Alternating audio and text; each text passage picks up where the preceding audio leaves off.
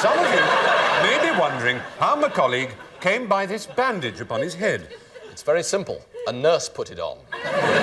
What my colleague is trying to say, if he had but the words, is that this afternoon he sustained an accident to his head. Vince, run that tape if you'd be so careful to do exactly as you're told. I hereby declare this second episode of A Bit of Fry and Laurie open.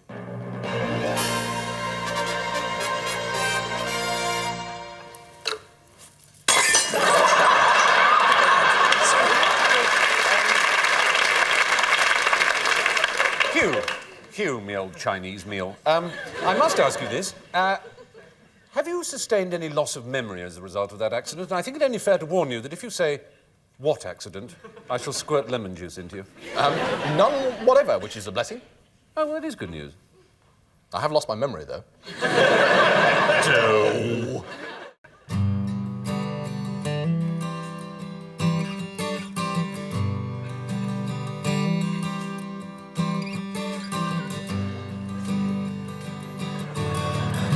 She's got eyes like diamonds, hair like twisted gold.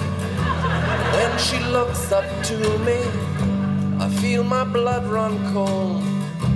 No, I don't care if people laugh. Aha. I'm in love with Stephie Graf. I watched her all last summer. I watched her every day. She knew that I was with her.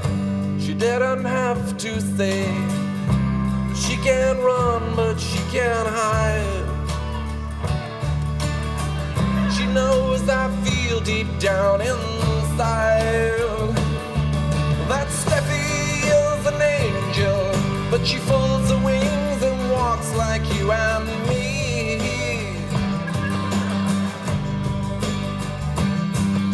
Extremely good at tennis on any kind of surface there might be.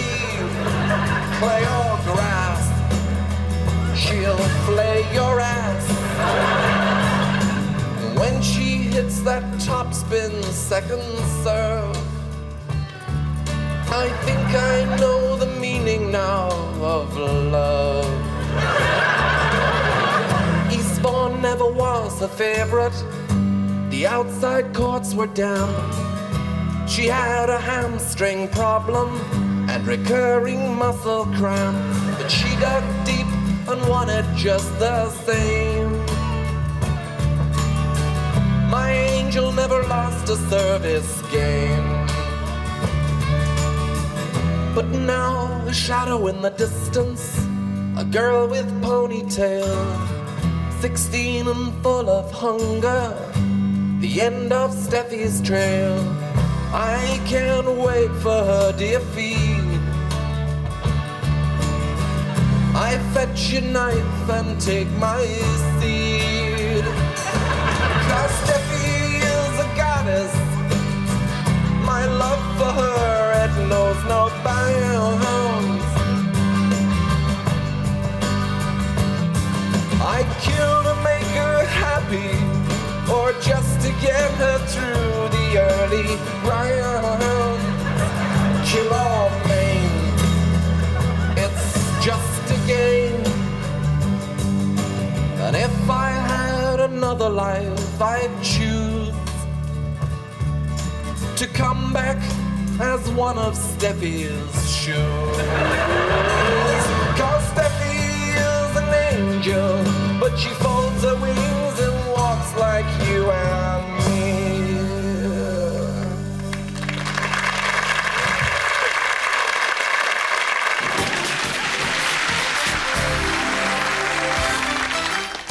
Hello and welcome to Don't Be Dirty.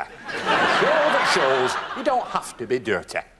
With us is Tony, 3-time semi-finalist, and John, keen to be clean, who came through unexpectedly when last week's finalist, Mr. Nottingham, died in a canoe.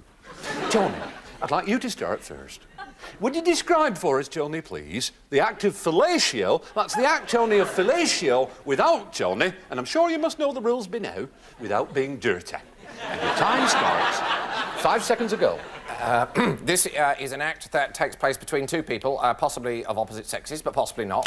Careful, Tony. Whereby one of the participants takes a part of the other participant's person into the place where they might more commonly keep bubble gum, say, and proceeds to masticate. Oh, Tony, I thought you were a goner there. You're playing with fire, man. Until the other participant arrives at a state of pleasurable relaxation. The second participant then gives the first participant 10 quid and goes home. Unbelievable! Can no one beat this big man from Hunstanton? Well, John, it's up to you. Now, your topic is the preservation of hardwoods. The time starts then. Well, this is a very necessary business operation. Tony's challenged. He said business. You did say business, John, you did. A little bit dirty there. Minute away, but plenty of time to go. Operation that has to be carried out if developers are not to raise our hardwood forest. Another challenge from our reigning champion. The nature of your challenge, Tony, He please. said raise. He did say raise, Tony. Raise is an anagram of arse. Raise is an anagram of arse, Johnny. Tissy, tissy, tiss. So sorry, I'm afraid we have to lose you. You were keen to be clean, but you came up against a man very much at the top of his form. So sorry to say goodbye. Oh, piss. Tony, you've been in this position before. You keep the £800 in weight. They're yours to keep, as of right. No one can take them away from you, but I'm offering you now another £600 plus an opportunity to go into our Don't Be Dirty daily double with a chance to win £10.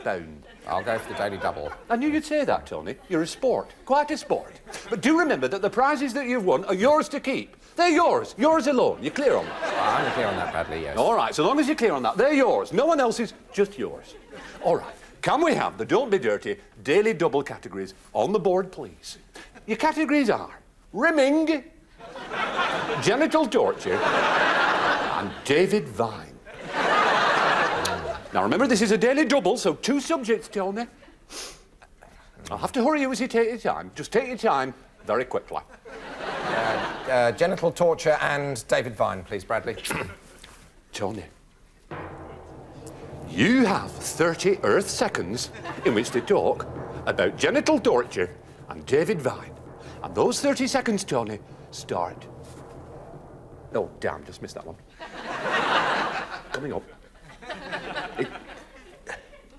No! Nipple clamps and scrotal compressors are frequently deployed, as well as a variety of serrated needles, which are inserted into parts of the body normally kept inside pants and vests.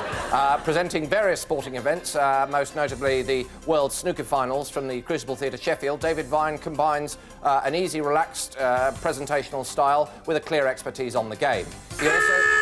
Oh, Johnny, you said on the game! Oh, you're dirty, Johnny, and that's a pity. I was dirty. Shite-ass damn. Only 4 seconds to go and you were dirty. Johnny, I'm so sorry. It means you lose all the prizes you won last week and the prizes you won tonight. They're gone. They're not yours. They're lost. As of right, they're not yours anymore. I'm afraid you have to repay to us your travel expenses and you leave us empty-headed. But, Tony, you knew the risks. I did, Bradley, yes, I knew the risks, yes. But tell me this thing, Tony. Have you had a good time on Don't Be Dirty? Have you enjoyed yourself? Has it been a pleasure? It's been a big one, Bradley. It's been a really, really big one. I've pleasured myself hugely. No, well, that's good to hear. Until next time, ladies and gentlemen, we say goodbye. But do remember this. Don't be dirty.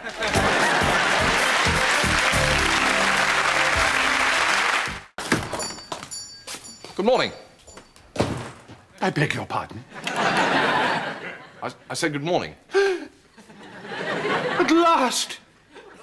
I'm sorry? After all these years! What? Welcome, comrade, welcome. Sit down, rest your weary elbows. You'll take a glass of vodka. Mr. Dalliard, break out the false passports and the rabbit skin hats. We are going to Moscow. What news? Comrade Stalin in rude health, I trust? Wait a minute. All I said was good morning. Precisely. The code. It is now 27 summers since Comrade Malensky stood slightly to the left of where you are now and told me that one day a man would come into this shop and give notice of his allegiance with the phrase, "Good morning." And that on hearing those words, Mr. Dalliard and I were to detonate our relatives and fly to Dover. Fly to Dover. Where a man named Smith would see us safely onto a goods train delivering livestock to Minsk. No, wait a minute. When I said good morning, all I meant was, good morning. Oh. That's all I meant. Ah. Oh, well, in that case, please accept my green felt apologies. That's all right. I just came in here to buy a model. A model? Yes. A model? Yes. A model? Yes. A model? Yes, that's right. I want to buy a model. With or without plastic struts? Well, I don't know. I just thought maybe a model aeroplane. Let me ask a different question in the same way. Who is this aeroplane for? It's for my son. It's his birthday. Your son? Yes. Just your son? Yes. And when is this birthday of his? Wednesday. Yes, that's what I said. When's the day? No, Wednesday. Are you stupid or just plain deaf? Wednesday. Oh, you are genuinely stupid. I do apologise. Sorry, I thought you were just being deaf. Mr. Daliard, command the earth to swallow me up. I do apologise, sir. Life must be hard enough for stupid people without tactless old bastards like that lady over there rubbing it into your face with salt widely. Mr. Daliard, I've gone peculiar now. So, in plain-flavoured English, when is your son's birthday? The day after Tuesday. The day after? My word, doctors are so specific these days, aren't they? And are you expecting this boy to be a boy or a girl? No, it's my son. He's 9. This is going to be his 10th birthday. His 10th? Oh, sir, I fear you're spoiling him. I was only ever allowed 1. On my birthday, usually. Still, I dare say you know your own business best. Just don't come bleating to Mr. Daliard and me if this son of yours turns out to be one of those drug jockeys we're always reading about on television. A glass of water? No, thank you. A cup of water? No. A plate of water, then? No, thank you. I just want a model aeroplane. A model aeroplane of water? No. I don't want any water. Forget the water. I just want to buy a model aeroplane. I thought perhaps the Messerschmitt 109E in the window. The Messerschmitt 109E in the window. That's right. Fizzy or still? What? That doesn't count. I had my hand on my head.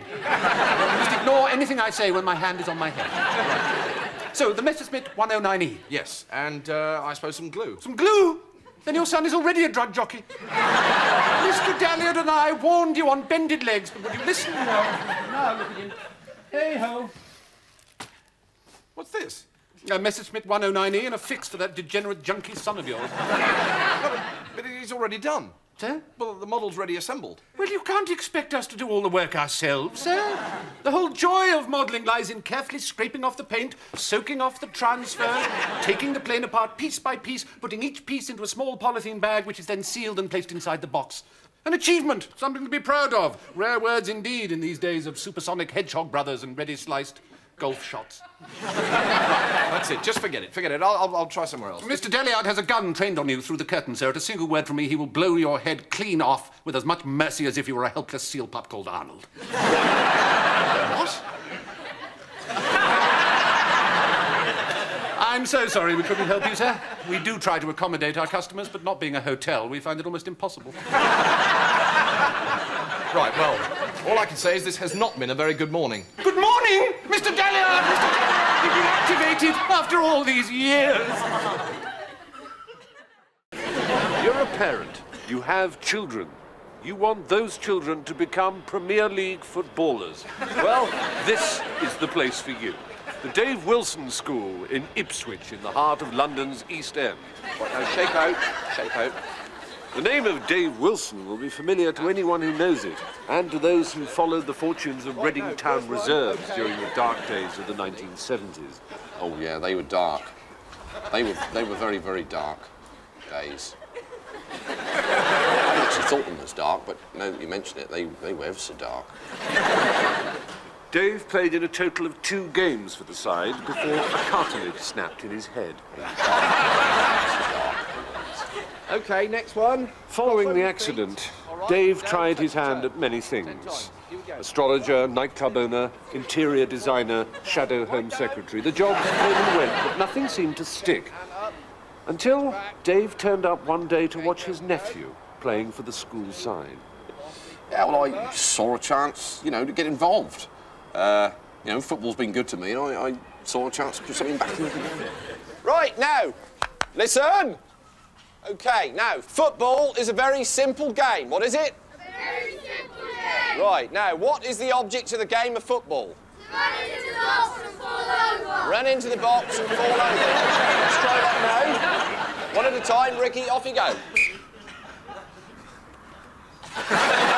I'm really trying to do here is to teach fundamental footballing skills at the earliest possible age. You know, I've actually started teaching my 8-month-old son, and I've got to say he's a natural.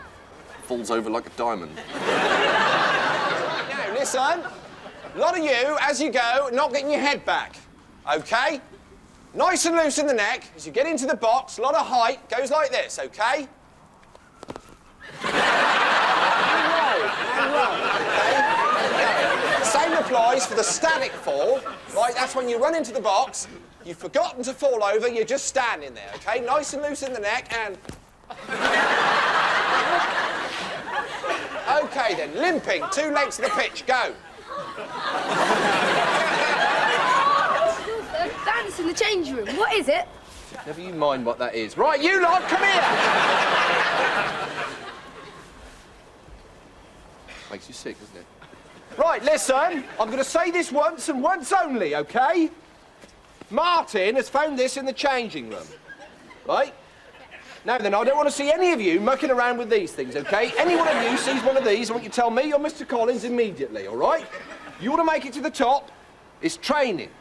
No one ever got on in football messing around with these things. Right, off you go. It makes me sad.